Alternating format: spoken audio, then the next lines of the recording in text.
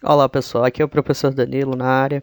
Hoje, iniciando as videoaulas de História pelo canal da escola, nós vamos revisar o conteúdo que estávamos vendo em sala de aula, beleza? Sendo assim, nós vamos iniciar hoje o período chamado de Primeira República Brasileira, ou também conhecido como República Velha.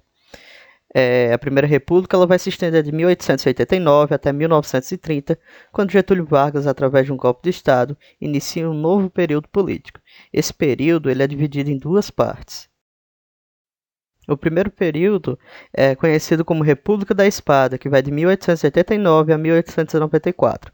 Esse período foi caracterizado por dois governos militares, de Marechal Deodoro da Fonseca e de Marechal Floriano Peixoto.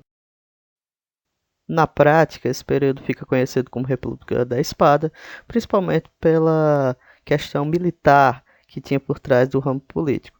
Nós tivemos dois presidentes ligados ao exército e, consequentemente, a sua postura era de autoritarismo, era de uso e às vezes até abuso da força militar contra os direitos civis recém-adquiridos. Já a segunda etapa da República Velha, ou seja, a República Oligárquica, ela vai se estender lá de 1894 a 1930. A principal característica é exatamente a que dá o nome ao momento, as oligarquias, que na prática passaram a liderar o sistema político brasileiro. Para quem não sabe o que significa oligarquia, nós estamos falando de um regime político em que o poder é exercido por um pequeno grupo de pessoas pertencentes ao mesmo partido, à mesma classe ou à mesma família.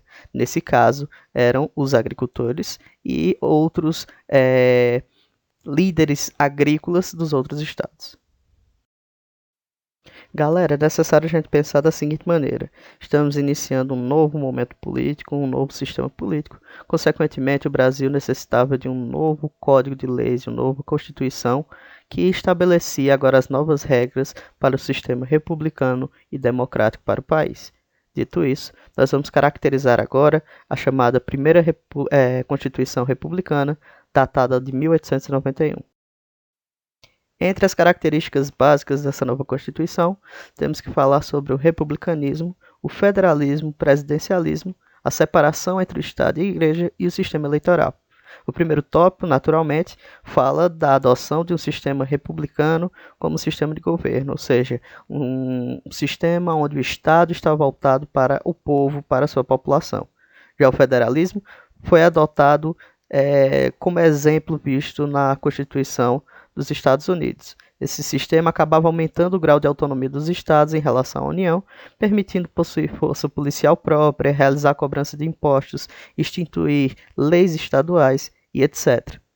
Em seguida, temos o presidencialismo, que determinava que a maior autoridade política dentro do país seria um presidente eleito através de eleições diretas, tendo o seu mandato uma duração de 4 anos.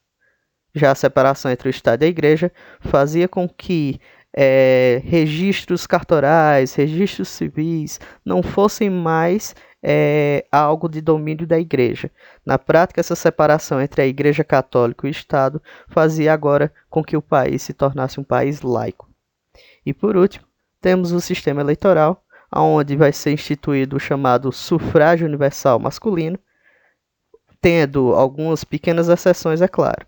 Menores de 21 anos, analfabetos, soldados rasos e mendigos não poderiam votar. O entendimento da lei na época não estendia o direito de voto às mulheres. Então, esse sufrágio universal acaba perdendo um pouco do seu efeito. Além disso, uma característica que é de extrema importância é que dentro desse novo sistema eleitoral, o voto era aberto. Quando nos debruçamos sobre o primeiro recorte temporal da República Velha, ou seja, a República da Espada, nós vamos ver que vai ser um período conturbado, principalmente por ser um período de transição de um império para a república. Além disso, os presidentes Marechal Deodoro da Fonseca e Floriano Peixoto acabaram tendo atitudes marcadas por um autoritarismo exacerbado, no intuito de reforçar o seu poder. O Brasil, além de toda a tensão política, caracterizado pela mudança de regime e pela disputa dos atores políticos do poder, foi marcado também uma forte crise econômica. Essa crise ficou conhecida como encilhamento e iniciou-se ainda durante o governo de Deodoro da Fonseca, em 1891. Pessoal, o encilhamento em si foi resultado da política econômica colocada em prática pelo ministro da Fazenda na época, Rui Barbosa, que permitiu a emissão de papel-moeda por bancos privados e facilitou as condições de acesso ao crédito. No intuito dele, ele buscava promover uma industrialização do país, mas o resultado acabou sendo desastroso. A especulação financeira aumentou, empresas foram à falência em massa e o custo de vida no Brasil acabou aumentando, fazendo com que a moeda da época fosse desvalorizada. Somando esses dois fatores, o autoritarismo de Deodoro da Fonseca e a crise econômica, acabou resultando no fechamento do Congresso em 3 de novembro de 1891.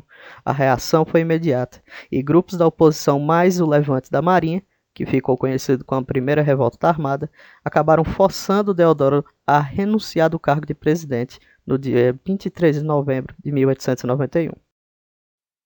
Com a queda de Deodoro, a oligarquia brasileira acaba assumindo o poder político do país e isso vai acabar se estendendo por quase 36 anos, criando um novo sistema onde os votos e o sistema político acabavam se tornando ferramentas de manutenção de poderes ou de outras estratégias para os coronéis, para os cafeicultores, para os líderes do interior que utilizavam do sistema político para se manter no poder ou para garantir os benefícios que dele vinham. Entre esses dispositivos, podemos citar, por exemplo, o coronelismo, que era uma prática em que o coronel, que era o grande proprietário de terra, exercia seu domínio sobre as populações locais, de forma a conquistar os votos que eram necessários para atender os interesses da oligarquia estabelecida e do governo federal. A conquista do voto da população acontecia, por exemplo, por meio da distribuição de cargos políticos ou públicos que estavam sob o controle do coronel, ou também pela intimidação. O coronelismo garantiu que um novo sistema de favores tomasse conta da política brasileira. Esse novo sistema ficou conhecido como clientelismo.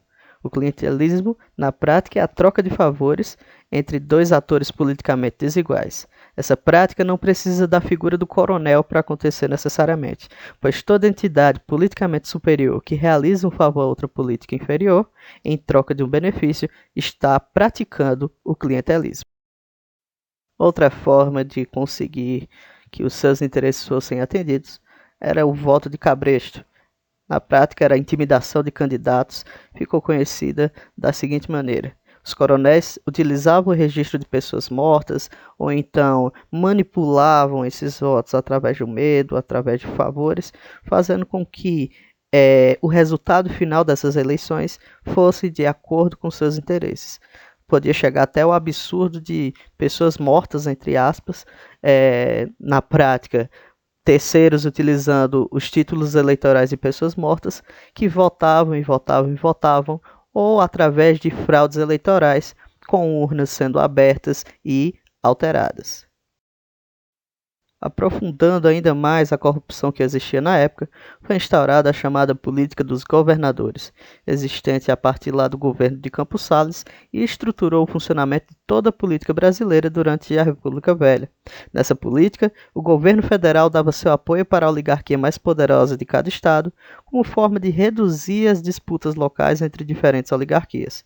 Em troca de apoio, as oligarquias tinham como dever eleger deputados e orientá-los a apoiar as pautas do executivo e no legislativo que lhe fossem interessantes.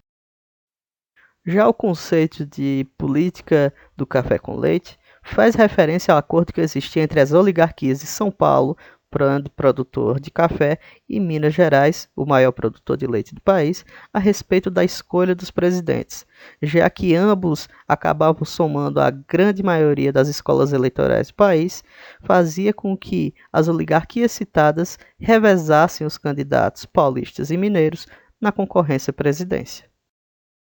E para concluir com o conteúdo de hoje, nós temos que falar também do Convênio de Taubaté. Esse convênio garantia a partir de 1906 a compra de todo o café produzido no interior de São Paulo pelo Estado brasileiro, fazendo com que o país se tornasse um intermediador entre os produtores de café brasileiro e os compradores estrangeiros. Isso servia para controlar o preço do café exportado, mas não durou muito para que os cafeicultores acabassem se beneficiando desta prática, ao impor cada vez maiores volumes de café ao Estado, forçando o Brasil a contrair enormes dívidas internacionais.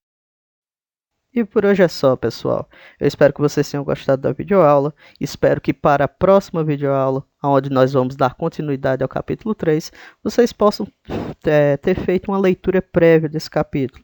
Vai facilitar o trabalho de vocês, vai facilitar o meu trabalho, vai fazer com que o nosso resultado seja muito mais proveitoso e potencializado. Desejo a todos uma ótima semana e até a próxima videoaula.